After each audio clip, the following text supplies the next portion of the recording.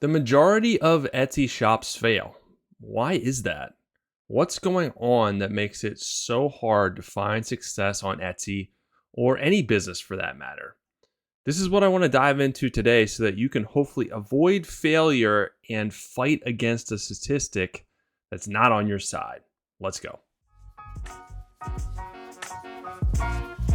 Hey everyone, welcome back to the Handmade and Beyond podcast. I'm your host, LL. Glad to be back spending time with you, talking about all things Etsy, talking about how I can help your business and help you find success, even though today's episode is about failure. It's not a pleasant topic. It's not fun and sexy like talking about making money and making a lot of money and buying fancy cars and sipping Mai Tais on the beach.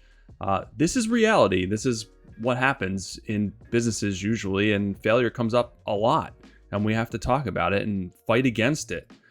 So until you face it, you're not going to be prepared for it and be prepared for the adversity that you're going to face with running an Etsy business or any business that's out there. But before we get started on this somewhat unpleasant topic, I want to give you something to help you not fail. Always want to try and give you the goods, give you the things that will help your Etsy business and help you continue to move forward. And that's the case with my free Etsy Sales Accelerator guide. You guys can learn 10 ways to accelerate your Etsy growth so that you can struggle less and find success sooner. That's what I want for you. So make sure you guys download that at handmadeandbeyond.com/accelerate. All right, let's dive in and talk about why most Etsy shops fail. The first thing I want to talk about is the stats. The thing that you're fighting against is the overwhelming stats that when it comes to failing businesses. So in general, this is all businesses, all small businesses. About 1 million people start a small business a year. Every year, about 1 million people start a small business, and within that year, about 40% of those businesses fail. What's worse is that within 5 years, 80% of those businesses fail. And what's even worse, to put the negative icing on top of the cake, is after 5 years, if you make it the first 5 years, the next 5 years out of those businesses that are still surviving, 80% of those businesses will fail in the second 5 years. So if you're looking at 10 years, most of those, most businesses, a very small percentage of the businesses that started are still going and are still in business, are still successful enough to remain in business. So what's the deal with this? Why do most businesses fail? Why is this so high? It's incredibly high. So it got me thinking with those stats. I didn't even realize after looking into researching for information for this episode, I didn't even realize it was that high. I mean, I knew it was high, but that's pretty staggering. So I want to relate this specifically to Etsy because not every businesses are the same, but there are specific reasons that I think businesses on Etsy fail. And this is what I want to talk about in this episode and give you 5 of the biggest reasons, the 5 of the biggest things that I've seen that causes failure within your Etsy business. Break them down for you so hopefully you can avoid it and stay in business as long as you want and find that success is what we're always striving for. All right, so the first reason that I'm going to give you is, why Etsy shops fail is they don't do enough or any market research. Market research is vital to starting off on the right foot and using the information to your advantage. Knowledge is power, right? And that is 110% true when it comes to starting a business on Etsy. You must do market research.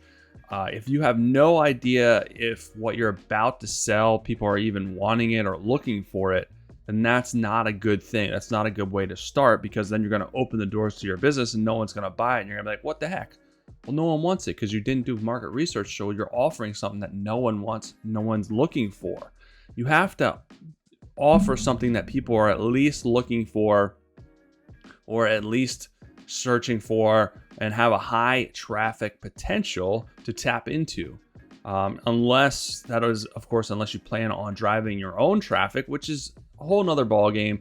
It's way harder, if you have to, pound the pavement with social media and other ways. That's a big lift. It's a lot easier to capitalize on the millions of buyers that come, the 90, almost 100 million buyers that come to Etsy.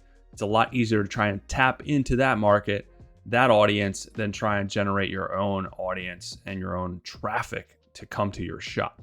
But you got to do market research to see if what you're going to sell, people are looking for and people are wanting to buy. Now, you may offer something that's slightly different. While most things, there's not anything that's completely original. You may have a different spin on things. Your thing may be completely original, but still, you have to see if the similar things are getting traffic, similar niches are getting people buying their stuff, and then you can at least tap into that potential audience. So that's why market research is very important. You can use the best way to do it is to use a third-party tool such as Alora. I'll pop the link below. It's my favorite tool. You can do research on keywords. You can see how much traffic is coming, how many people are favoriting items, and how many people are buying items with those keywords. You can see related items, related listings that are popping up for those keywords and their sales. It's a great tool for market research, and it's really, really invaluable if you're looking to start an Etsy business. You already have an Etsy business. They do have a free trial, but the paid version is inexpensive, and it's an investment in your success. Really, it's knowledge is power, like I said. So market research is vital, so you at least know you're starting off on the right foot and have an audience to tap into. Number 2 is kind of related to number 1.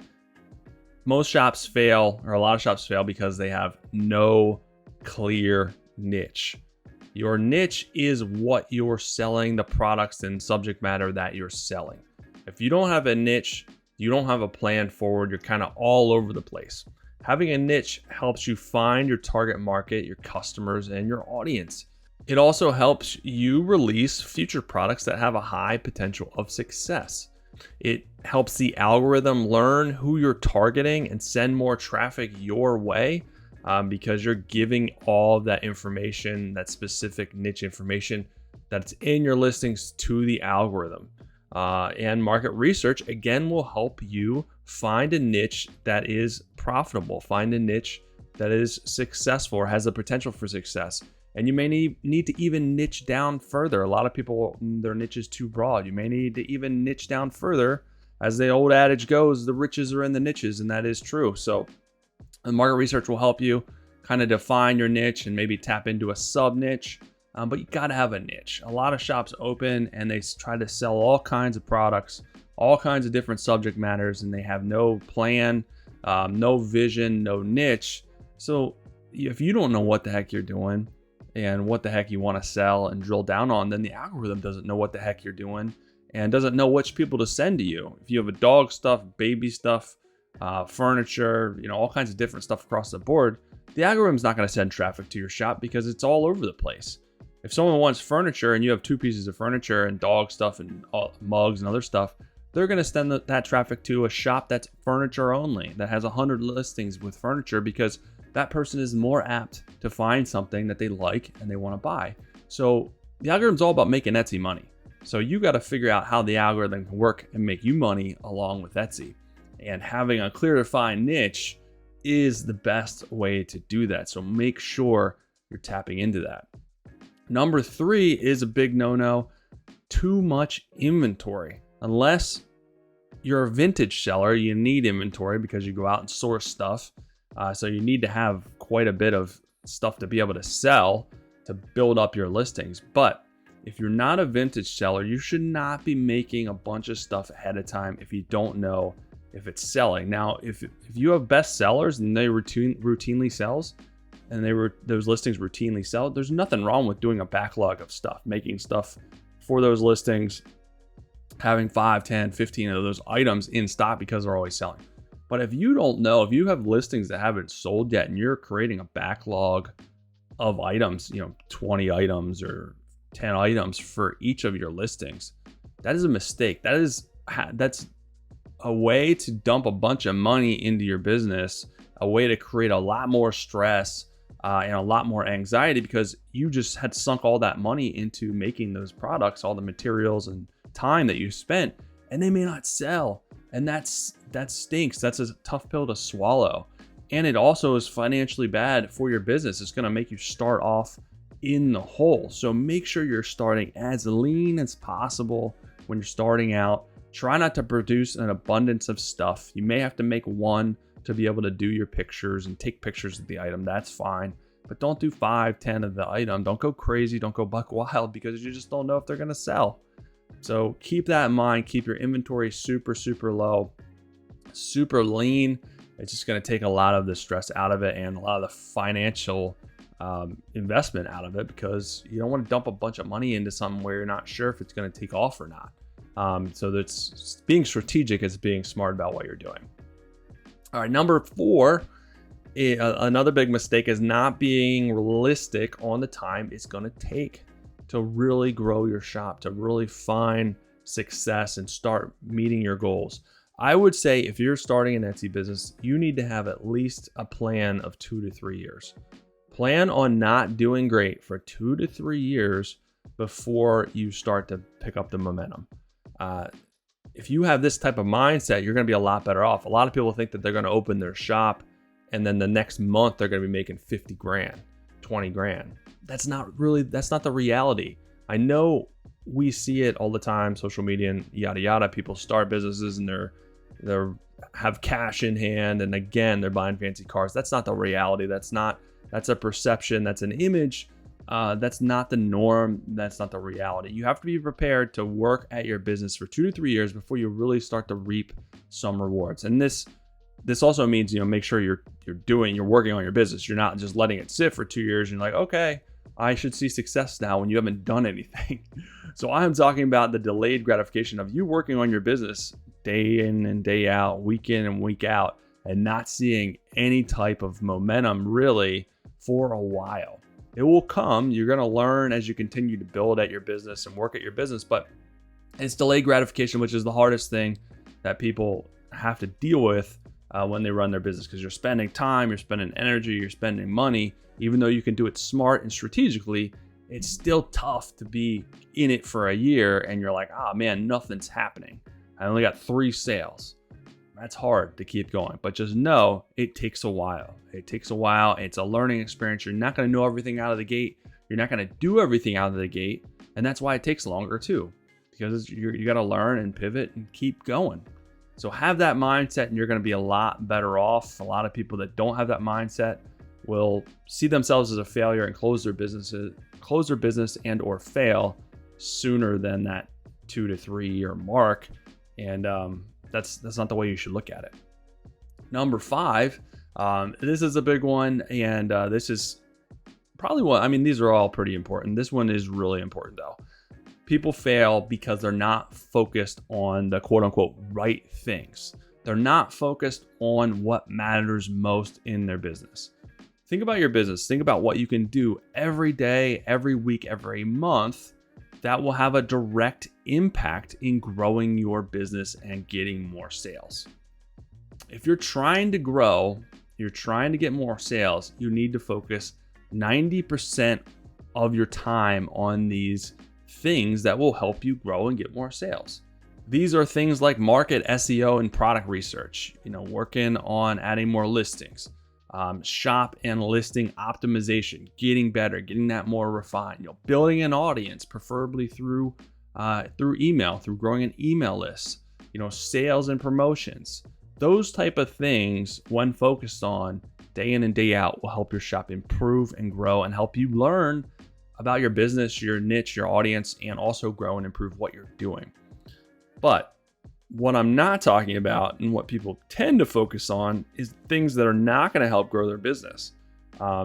Things like complaining online about how Etsy doesn't work, how they're going to leave Etsy and it's a scam, and their fees are too high, and all these different things. Talking about sitting around and feeling bad for yourselves because things aren't working, things are going slow. Not looking at your competition and getting defeated because they're doing a lot better. putting things off and letting your shop idle, not taking action. Those are the type of things that I'm talking about that people focus their time and energy on, that becomes this huge suck that hinders their business, hinders their growth, it hinders their attitude, hinders their motivation. And that's why they're not moving things forward. If you don't try not to pay attention to that stuff, I'm not saying it's not going to creep in. It does. You're human. But if you don't let that rule what you're doing, don't let that control your time, and you're focused on the other things, the things that are taking action and being consistent in your shop, then you're going to see growth. You're going to see positive outcomes. Again, it's going to take time. It's going to take consistency. But I can guarantee you, if you're spending all your time complaining online and not taking action, then things aren't going to work for you. That's for sure. So just keep that in mind. Hopefully you're not like that. I know those things creep in, and I do see a lot of it online. Obviously, I pay attention to what's going on. I see a ton of people complaining nonstop. People will sit down and write, a 1,000-word essay on why Etsy sucks. And in that time that it took them to write that, they could have probably did market research, SEO research, fixed 5 listings, added 5 new listings. They could have did so much more positive things that would have helped their business, instead of talking about the platform that they're trying to be successful and sucking just because they're not, things aren't working out for them. So keep that in mind. The bonus, I have a number 6 bonus one for you, and this one should go without saying, but I feel like I have to say it because I still see it. Selling trademarked and copyrighted stuff will absolutely cause you to fail, because Etsy's gonna shut your trap. Your shop. Etsy won't shut your trap, but they will shut your shop down. So don't do it. And I know people are gonna say, but I did research and there's hundreds of people selling Disney stuff. No, that doesn't mean that you can do it. They're gonna get shut down eventually too. They just haven't got caught yet. And once you get shut down, you're not gonna be able to reopen your shop.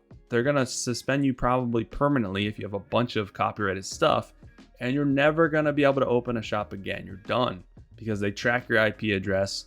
They'll link it back to you, and they're not going to let you open. So don't even attempt it. I'm telling you, it's not worth it. Think of your own ideas. You can't take something that's licensed and create your own stuff using that licensing. You just can't do it. It has to be completely original.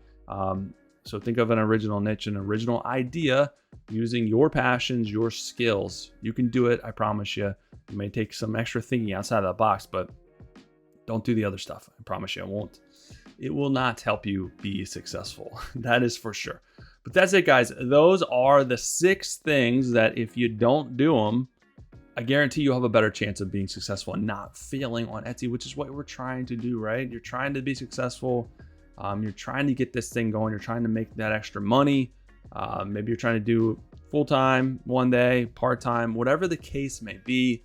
Avoid the things that I talked about in this episode, and you're going to have a lot smoother of a ride. And so that's it for this episode. Make sure you guys get that Etsy Sales Accelerator guide, the free guide at handmadeandbeyond.com/accelerate. That's it for this episode, guys. I'll be back soon with another one for you. Have an amazing rest of your day.